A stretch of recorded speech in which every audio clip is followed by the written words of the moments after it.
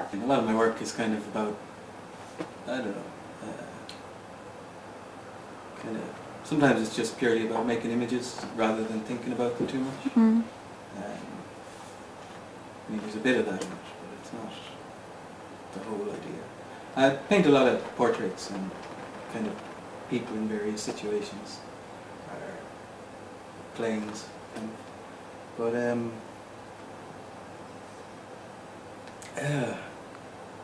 it's good to get an idea of, kind of scraped back the kind of, not to communicate too much, or kind of, or overload a picture, but kind of, as the work kind of progresses, it simplifies. What I want to do in Iceland, though, I don't know. I don't want to just say it changes me just because I'm here. You know? So I want to meet a few people and ask them to pose and maybe kind of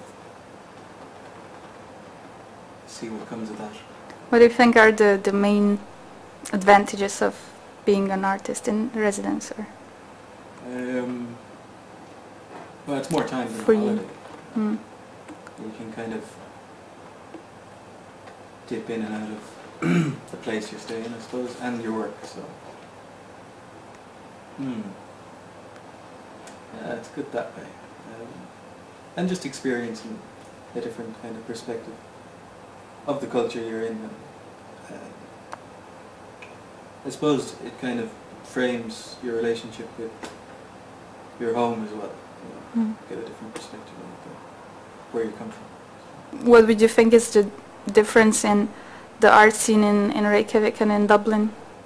A lot of very clean video stuff in Iceland.